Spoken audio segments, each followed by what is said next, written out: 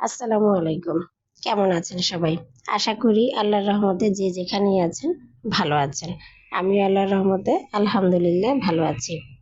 আজ আমি একটু বাইরে যাওয়ার প্রোগ্রাম করেছি, তাই খুব সহজভাবে হয় এমন কিছু রেসিপি করেছি। প্রথমেই অনেকদিন পোলাও খাওয়া হয় না, তাই আজ একটু পোলাও রান্না করলাম। তারপর পোলাও রান্না করার পরে আমি আজ একটু গরুর মাংস রান্না করব। এই তো প্রথমে গরম মশলা সরিষার তেলে ভেজে নিলাম। একটু যখন ঘ্রাণ বের হবে তখন পেঁয়াজ বাটা, আদা বাটা, রসুন বাটা দিয়ে এগুলো খুব ভালোভাবে তেলে ভেজে নেব। আমার রেসিপিগুলো যদি আপনাদের ভালো লাগে তাহলে অবশ্যই লাইক, কমেন্ট এবং শেয়ার করতে ভুলবেন না, এবং আমার পেজটিকে ফলো দিবেন। আমার YouTube channel cook and fun একটু ঘুরে দেখে আসতে পারেন। যদি ভালো লাগে অবশ্যই সাবস্ক্রাইব করে নেবেন। এই তো মশলাগুলো একটু ভালো করে কষিয়ে নিয়ে এবার একটু পানি দিয়ে দিচ্ছি গুঁড়া মশলা দেওয়ার জন্য।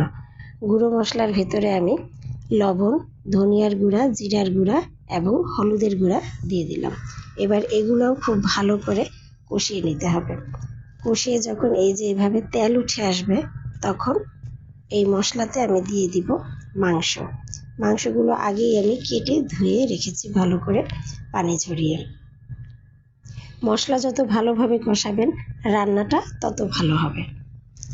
এবার গরুর মাংসের সাথে মশলাটা খুব ভালোভাবে মিক্সড করে তারপর আমি আমার আরেকটা ইনগ্রিডিয়েন্টস ব্যবহার করব। সেটা হচ্ছে জায়ফল এবং জয়ত্রী। এটা আপনাদের সাথে আগেও আমি শেয়ার করেছি। এটা আমি সবসময়ই দিই গরুর মাংসে, একটা আলাদা সেন্ট আসে, খুব ভালো লাগে।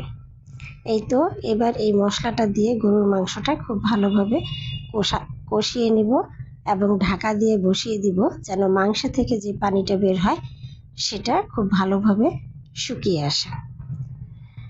এই তো ঢাকা দিয়ে রেখে দিলাম। এবার সালাদ হিসেবে আমি শসা, লেবু, পেঁয়াজ কেটে নিলাম। এবার করছি বেগুন ভাজা। বেগুনে হলুদ, লবণ, মরিচ মাখিয়ে রেখে দিয়েছিলাম কিছুক্ষণ। এবার সেগুলো সরিষার তেলে ভেজে নেব। আমরা যেহেতু একটু অল্প তেল খাওয়াটা প্রেফার করি, তাই অল্প একটু তেল দিয়ে আজকে ভাজবো। কারণ বেগুন ভাজার সময় ভালোই হয়, কিন্তু যখন ঠান্ডা হয়ে যায় তখন প্রচুর তেল ছেড়ে দেয়। এই তো আজ আমার রেসিপিগুলো হয়ে গেল। ধন্যবাদ।